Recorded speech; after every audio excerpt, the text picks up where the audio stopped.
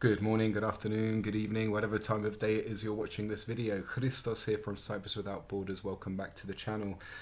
Today I'd like to talk about Mesut Ozil, who is probably one of the most gifted footballers of our generation. I first noticed him in the 2010 World Cup where he was playing for Germany.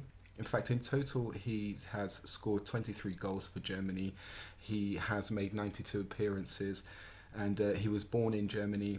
He was raised in Germany. He started his footballing career in Germany, and he went on to be a fantastic player for the German international team. And as I was saying, in 2010, that was when I first noticed him, when he was playing in the 2010 South Africa World Cup for Germany. He had a fantastic tournament. And so, being an Arsenal fan, when he joined Arsenal, I was actually very happy that he had joined Arsenal back in 2013. It was the start of the 2013 season where he joined Arsenal. And so I was very happy when he joined. And even like he had probably three fantastic seasons with Arsenal, notably alongside Alexis Sanchez, where I felt like he had really found that the partner that he needed to work alongside, to bounce off, and once Alexis Sanchez left, everything went off the boil. Mesut Ozil was underperforming. He got lazy.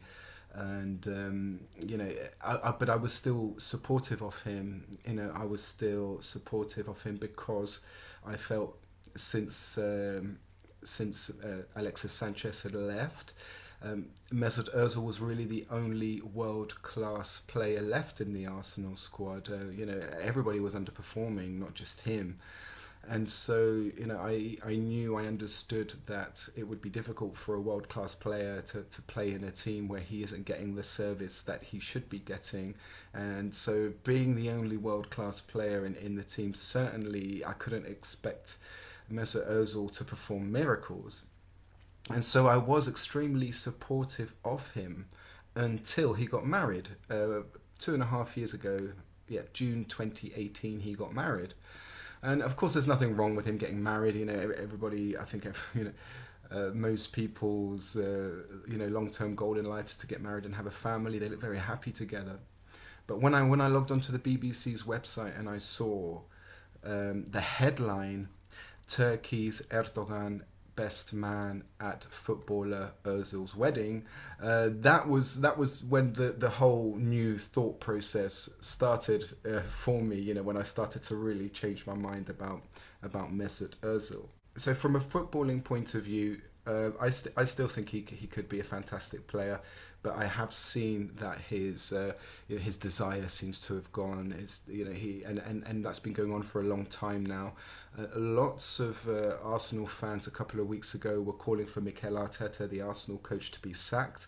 I could not agree with that. Definitely not, because I feel Mesut Ozil in particular has created a toxic vibe within the Arsenal dressing room, and I think this has made Mikel Arteta's job very, very difficult. But and I think he's handled it very well. And so all of these people, and I was very disappointed with Curtis Shaw, who, I've got so much respect for him as a YouTube vlogger, but when he came out and he was very angry after Arsenal's bad run of form, and he wasn't the only vlogger either. Lots of Arsenal fans and vloggers calling for Mikel Arteta to be sacked. But I think he's done a fantastic job, and there's absolutely no way that I would like Mikel Arteta to be sacked. Definitely not yet. He definitely needs more time, and he's won the FA Cup, he's won the Community Shield, and so very, very, very harsh of Arsenal fans to be calling for his head at this stage. I'm not a huge football fan. I can appreciate football as the beautiful game that Pele once described it as. When you watch a good football game with good football players, I love it. It's absolutely, really is the beautiful game. But I'm not, I'm not as passionate or as dedicated. Or as emotional towards football as some of the people you see on YouTube. I do prefer to put my emotions and my passions into other aspects of life. But that's my footballing opinion. And let's talk about my political point of view about Mesut Ozil, uh, because well, Mesut Ozil is a footballer, a very good footballer, and therefore many children, teenagers, and adults, respectively, are inspired by him, influenced by him, and he is a role model for many children, for many adults, and and these days these are our role models, footballers, actors, and musicians. These are our role models, and I don't think he is a very good role model for the youth of today, and even for for adults either. I don't think he's a very good role model at all, because of his choice of best man. Now, by having Erdogan as his best man at his wedding, he is supporting Erdogan's actions. And Erdogan, I mean, I think the whole world widely accept that Erdogan is leading his, Turkey, and not only Turkey but also the whole world, down a very dangerous path.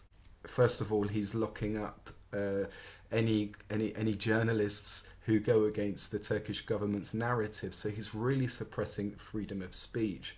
But what I find most hypocritical about Mesut Ozil is he recently commented about the Uyghur Muslims in China being persecuted, and he's also maintained that he will never give up speaking out against the world's injustices. Now, I find this extremely hypocritical, because 1 year before his wedding and 1 year before Erdogan was his best man, Erdogan ordered in April of 2017, on the 102nd year anniversary of the start of the Armenian genocide, he ordered the Yazidi tribes to be bombed. He sent Turkish bomber planes over the Yazidi habitats, and he dropped bombs on them, and this is a way Erdogan found to celebrate, to commemorate the beginning of the Armenian genocide. This is the way he found to do it. He found to commemorate killing innocent people. They went out and they killed more innocent people. So if Mesut Ozil is so determined to speak out against the world injustices, then why doesn't he start by speaking out against Erdogan's injustices? Instead, he goes and he asks him to be the best man at his wedding. And so this kind of attitude, this kind of mentality is very dangerous. It's toxic. He's promoting an agenda which is harmful for not just for Turkey but for the whole world itself. Erdogan has come out and said he does want to, he's threatened to, he's rallied support from the Turkish public by claiming he wants to reclaim the lands which the Ottoman Empire once controlled. So this incident with the Yazidis, this happened a year before he got married. So nobody can turn around and say that Mesut Ozil didn't know what Erdogan is like, because I think everybody knows what he's like, and he's promoting a nationalist agenda. And not only is he promoting a nationalist agenda, but he's denying atrocities committed by Turkey. Mesut Ozil also spoke about the Chinese government burning copies of the Quran. He spoke about the Chinese government closing down mosques, and so he's there trying to defend these Muslims and to speak out against the Turkish actions. But Turkey are more guilty of these actions than than possibly any other nation that I know of. You can have a look in the occupied areas of Cyprus, where ancient Byzantine churches have been ransacked, looted, destroyed, and they've been used as barns, as stables. Ancient frescoes, Byzantine frescoes of more than 1,000 years old, have been defaced or just vandalized, and the contents of these churches, ancient contents, have been sold on the black market around the the world by Turkish looters. So Mesut Ozil, he's really not. He's really not being honest with himself when he says he will always speak out against the world's injustices or injustices in the world, when he himself is denying the injustices committed by his best man, Erdogan. So I would like to, if I ever met Mesut Ozil, I'd like to ask him, will you speak up against the genocides committed by the Ottoman Empire? Will you speak up against what happened to the Yazidis just a year before you got married? So let's talk as well about, the dangers of what this kind of mentality is promoting, the effect that it'll have. If I think back to July the 7th, 2005, when the 4 British Muslims coordinated 4 separate attacks on the London transport system, on the underground, and 1 bomb on a bus. So these British Muslims, I try to put myself into their shoes, put them, into their situation, and being a Muslim, being a minority, growing up in a foreign country, I think you can often feel a little bit isolated or lonely, or like you don't really belong. And so lots of young Muslims, they're reading up on the history of their culture, of their nation. And they will often read, they will always read about the times where they've been victims, but they will never read about times where their side have been the oppressors themselves. So this is very dangerous, because they, these people, and as has been proven to happen, they plot some sort of revenge against the system which has oppressed their ancestors in the past, or are still oppressing their cultures today. And so we have seen this happen. This isn't just speculation that it might be happening. This is actually happening. It happened on the 7th of July 2005, and the saddest thing is that you can be from a minority group, you could be a young Muslim person growing up in the UK, and there is propaganda out there which is turning these people against the society that they have been a part of since they were very young children, or even since they were born. I believe Shamima Begum, this is a fantastic example to speak of, because the UK, some of you might not know the Shamima Begum story, what happened, but she was a young British Muslim girl of Pakistani descent, and she fled the UK and went to Syria to join ISIS and marry somebody from ISIS. And the UK media were very quick to start throwing around the hatred, and to get her to make sure that she never returns to the UK. Lots of hatred, lots of stirring, lots of bitterness. But the issue of how she ended up joining ISIS was never addressed. I mean, this was a 15-year-old girl, and nobody, the British media haven't turned around and asked the question, how did that end up happening? And in fact, they described, the British government themselves described Shamima Begum as being a national threat. And so and this is how they justified stripping her of her UK citizenship and leaving her stateless. So she was described as a national threat. Well, if Shamima Begum is a national threat and not allowed to be in the UK, then I think that Mesut Ozil should also be a national threat, and he should not be allowed to be in the UK either, because it's actions like his which are radicalizing young Muslims, and which are inspiring them to go on and commit such terrible crimes, as what Shamima Begum did, and so it might not be directly affiliated, the Mesut Ozil and Shamima Begum incident, but it's certainly Mesut Ozil's actions certainly do lead towards grooming young people, influencing young people into doing such things. But going back now to Mesut Ozil, and how he hasn't spoken up against against Turkish crimes, Turkish atrocities. This has become what I've come to expect from the Turkish narrative. That's basically how it goes. Always claim to be the victim, and this is what he's doing, and never admit any wrongdoing yourself. Never admit your own atrocities or any wrongdoings. And don't forget, some 3 or 4 million Christians were killed from 1894 through to 1924 as part of the Christian genocide, often referred to as the Armenian genocide. But not everybody knows that about 1 million or so Greeks and Assyrians were also included in that genocide. Many people lost their lives, fled their homes. So while the genocide side itself really peaked in 1915, during World War One, when that was when the Ottomans really stepped up their ethnic cleansing.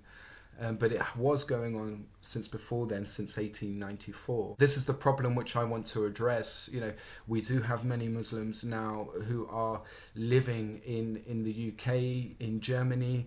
In fact, the Turkish population in the UK is rising rapidly, and the Turkish population in Germany has been high for a long time. And so when you have people like Mesut Ozil influencing the youths who are in these who are living, as part of a minority group in European countries, it certainly does pose a threat. It certainly is very dangerous because, we can talk about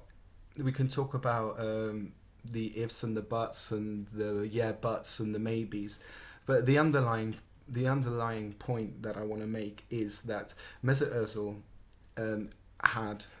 chose Recep Tayyip Erdogan as the best man of his wedding a year after Erdogan commemorated the genocide of the Armenians by bombing the Yazidis. And so the Yazidis, whatever you think about anything I've just said, this is a fact which no one can deny.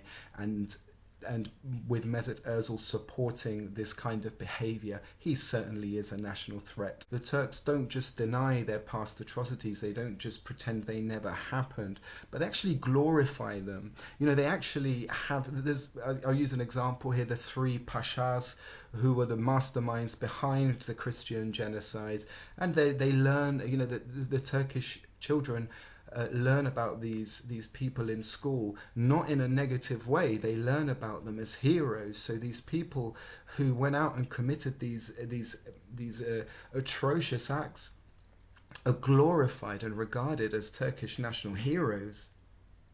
Nobody can deny that it's harmful for people to grow up in a society which they feel is against them or is oppressing them.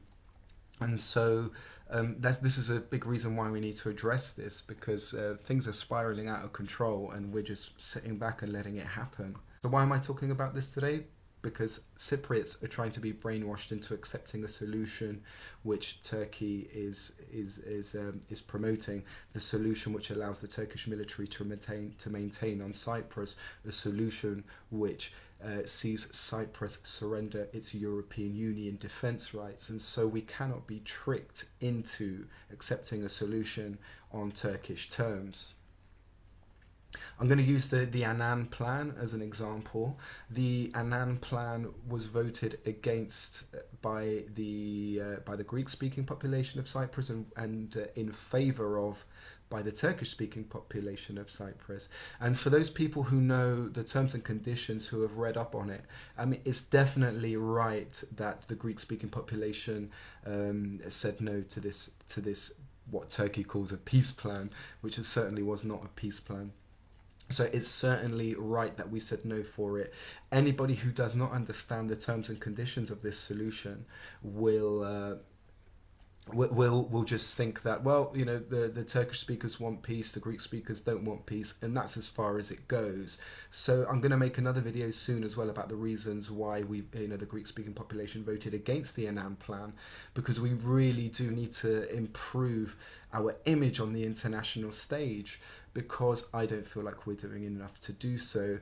The Turks have been instrumental in promoting their agenda. They're very good at promoting their propaganda, getting it out there, making us look like the bad guys and them like the good guys, you know, just to put it in as plain English as I can. So we do need to voice our opinions about the Annan plan and put out set the record straight, and to help people understand why we said no. Because as far as the world is concerned, the Greek-speaking Cypriots do not want peace. So I'm going to make a video about the Annan plan another time. So to round off, Mesut Ozil, fantastic footballer. I was so happy when he joined Arsenal. Arsenal haven't got their money's worth out of him. Especially when you look at, for the last 4 seasons, he's been on £350,000, or is it euros, per week, you know, and he's hardly kicked. In fact, he hasn't kicked a ball in the last 10 months or so. So while he was a fantastic footballer, it is time for him to move on. He's a political villain in my eyes, and this is the mentality that I've come to get used to from the Turkish narrative. So it's down to people like me and to you to really set the record straight and voice our opinions, because not enough is being done by us to voice our opinions. Thank you for watching this video. My name is Christos. If you've liked this video and you like what we're doing, please make sure you subscribe to the channel. It really does help the channel grow. It really does help us spread our message.